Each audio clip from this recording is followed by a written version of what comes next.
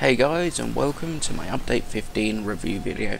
Today we're going to be taking a quick look at the brand new way of playing Warframe, one that literally means that we are now ninjas in space, which is the new Archwing game mode. Now with the release of Archwing comes the release of some very specific game modes, as you would expect, spanning two different tile sets. The Corpus tile set seems to be the trench run style of gameplay, with players needing to navigate tight corridors of the internal structure of a Corpus ship.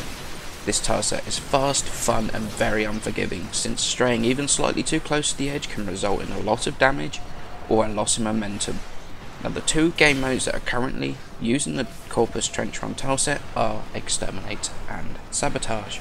Now while everybody is going to be familiar with the way Exterminates will work, you fly around with a destroyed Corpus ship, slaughtering your way to extraction. The Sabotage mission is where I've had an incredible amount of fun. With Sabotage you have to fly to the reactor, shoot out the power cores to expose the core, and then destroy the reactor and leave as quickly as possible. Now the game mode itself is absolutely incredible and huge fun. Something you can have fun with speedrunning if you wish to do it that way. And my personal thoughts on the Trench Run tile set is I absolutely love it. The fact that you're rushing around these tunnels at breakneck speed, avoiding obstacles whilst fighting off plenty of enemies, is the most fun I've had in Warframe in the longest time. And the actual tile sets themselves look incredible, if not for the fact that it's causing some fairly major FPS drops occasionally. Now the new enemies that are in these missions are also really cool, sporting weapons that we've not seen on the Corpus before.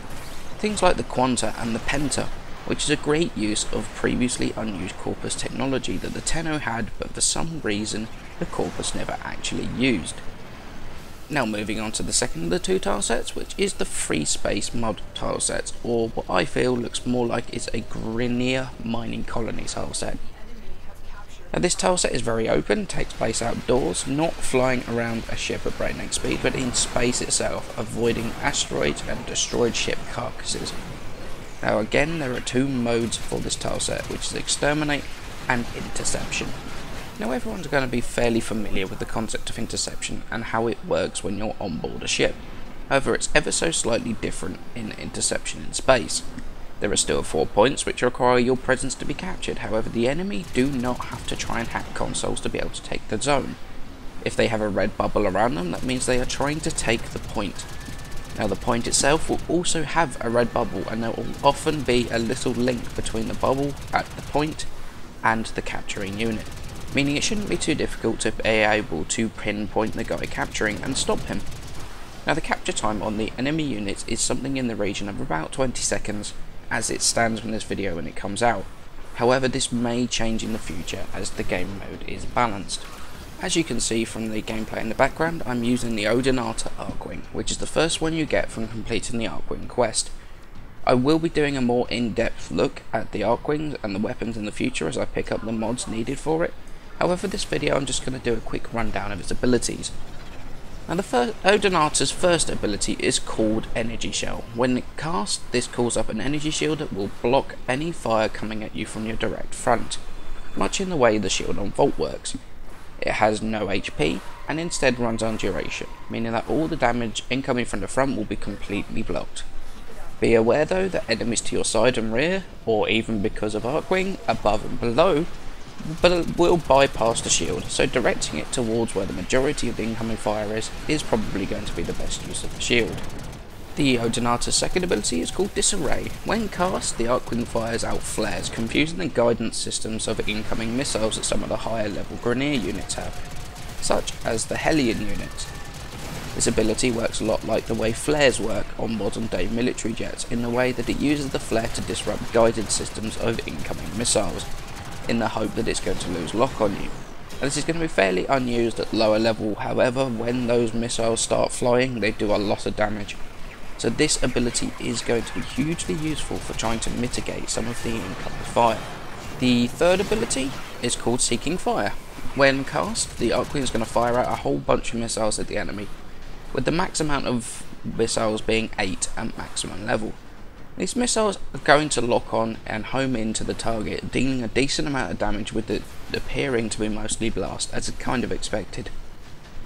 The best way to be using these is to be facing a whole group of enemies before you fire, purely because although that they are homing and they will track units behind you, they have a higher chance of missing if they are trying to track someone that is behind you. So trying to get those ones that are in front of you is definitely going to be the best use and definitely going to be the easiest to hit. Finally, the fourth ability is called Repel. When cast, the Odinata radiate a pulse of energy, dealing decent damage and causing a stun on enemies that are not immediately killed. This works much in the same way as an electromagnetic pulse or EMP would work, disrupting their controls on their craft for a certain amount of time. This ability is not only great on groups of enemies, but currently occasionally enemies will spawn in the middle of an asteroid and they're difficult to get to, if not impossible. So getting into range with the EMP can be a great way to take them out and to carry on the mission.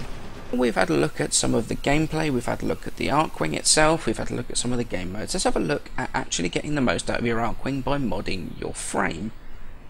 Now there are certain things on your frame that get carried over to your Archwing, things that mod your HP, things that mod your power.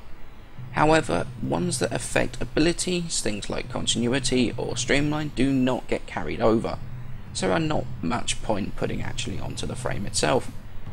So bearing in mind the values they get carried over to the Archwing, it's probably best to take a survivable frame, something like Rhino Prime, something like Frost Prime, Valkyr, Ash, or even Excalibur. And you will definitely get the most out of your Archwing that way. So let's move on to actually looking at the mods that you can actually put onto your Archwing, and this is the build that I've gone for. Now if you have a dash polarity in your aura slot, I would recommend putting Energy Siphon in there because it does work. I've only got Rifle Amp in there, so I can actually fit all the mods onto this frame. So having a look at the actual mods themselves, we'll go with Vitality for health, Redirection for shield capacity, we'll go with Vigor to boost both again because all three of those work, we'll go with Steel Fibre to buff the armour because that also works with your Archwing, we'll go with Flow to increase the power, and then we're going to go with Fortitude and Fast Deflection. Now the chance to resist knockdown actually doesn't help on your Archwing, however that shield recharge does, so that is definitely worth putting on just for that. Now on the final slot I've put Rage in there. Now I cannot confirm whether this actually works at the moment. It should work in theory because it is affecting your energy, however I cannot confirm that as yet.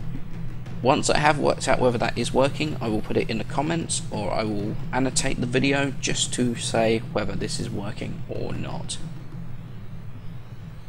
Now there are currently 4 different types of weapons in Archwing: the Imperator, the Veritux, the Korvax and the Honorix. Now the primary and melee weapons of Archwing all have their own sets of mods, and videos will be posted as soon as I have the mods to be able to effectively mod them. So expect weapon builds on them by the end of the week. On the topic of farming mods, there is currently a reasonable way to farm a couple of the mods from one certain unit. Rubido Line Barrel, which is the damage mod for your primary weapon, and also Hyperion Thrusters, which boost your sprint speed of your Archwing, drop from a certain mob called a Locust Drone. One way to farm this drone is to do the Corpus sabotage mission on Neptune, and try and find a carrier drone in a tunnel. Make sure you kill everything else with him, and then position yourself in front of him with your shield up. The carrier will launch drone after drone at you non-stop. Just kill the drones and eventually you'll get the drops from them.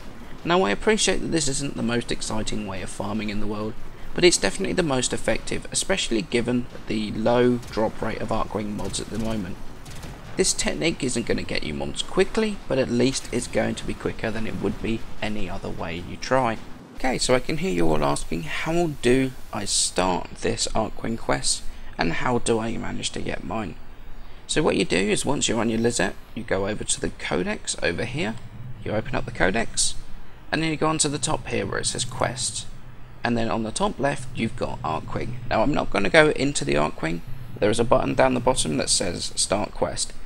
The reason I'm not going into there is I don't want to spoil anything for you. You're going to definitely have to enjoy this for yourself because I had a lot of fun doing this. I hope you all enjoyed my look at the Archwing part of the new update 15. Builds for the new weapons plus the new Warframe Limbo will be coming thick and fast this week, so expect potentially a video every day this week. As always guys, many thanks for watching. Please don't forget to leave a like and subscribe, it helps me out a ton. Thanks very much, and I shall see you in the next episode.